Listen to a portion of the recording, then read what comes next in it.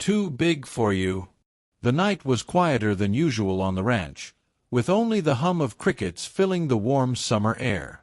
The wide Texas sky stretched endlessly, dusted with stars like diamonds scattered across black velvet. Inside the cabin, the faint glow of lamplight softened the corners of the room, wrapping everything in golden warmth. Ethan Hayes leaned against the wooden table, a man carved by years of hard work, solitude, and scars that told stories no one had asked about. His hands, calloused and strong, rested on the edge of the wood as he watched her move. Clara. She was unlike any woman he had ever known, fierce, gentle, and maddeningly beautiful in ways she didn't even seem to realize. Her auburn hair tumbled in loose waves, catching the glow of the fire. She had only been on his ranch for a month, hired as a cook, but somewhere between shared meals and silent evenings, something deeper had bloomed. Something Ethan thought he was too broken, too hardened to ever feel again. Yet here she was, laughing at him, teasing him, softening him with nothing more than her presence. He hadn't planned this. He never planned anything when it came to her. "Too big for you?" Ethan asked, his voice low and uncertain, though his body carried the confidence of a man who had seen battle, storms, and nights far lonelier than this one. The words slipped out before he could catch them, and for a heartbeat he wished he could drag them back into the silence. But Clara didn't shrink, didn't hesitate. Instead, she looked up at him, her eyes shimmering with mischief and something far more dangerous, desire. She laughed softly, a sound that broke the tension like a melody played only for him. "Then take your time," she whispered, her lips curving into a smile that seared itself into his soul. "Make every moment unforgettable." Ethan froze, caught between the raw edge of hunger and the tender ache of love. He'd never been the kind of man to rush, but hearing her say those words unraveled him.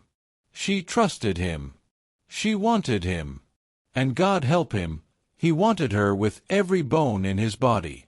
He stepped closer, closing the space between them, his boots soft on the wooden floor. She tilted her head back to meet his eyes, unflinching, her breath already quickening as his hand reached up to trace the line of her jaw. "You sure about this, Clara?"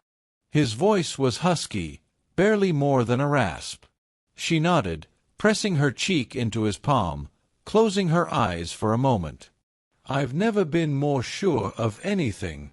Ethan's heart pounded like a war drum. All the years of loneliness, all the walls he had built, cracked and fell in that moment. He bent down, capturing her lips in a kiss that started gentle, reverent, almost hesitant, then deepened with every second, as if neither of them could hold back any more. Her hand slid up his chest, clutching at his shirt, feeling the steady power of his body beneath. She had dreamed of this, of him, long before tonight. And now, with his arms encircling her, she felt safe and alive. The world outside didn't matter. Only this. Only them. Their kisses turned slower, heavier, carrying the weight of promises unspoken. Ethan guided her gently toward the couch near the fire, lowering her as though she were made of something precious. His fingers brushed her hair back, lingering on her face, memorizing every detail as though he were afraid he might forget. Clara touched his cheek, her thumb grazing the stubble on his jaw. "Don't hold back too much," she teased softly. "I don't want gentle memories. I want unforgettable ones."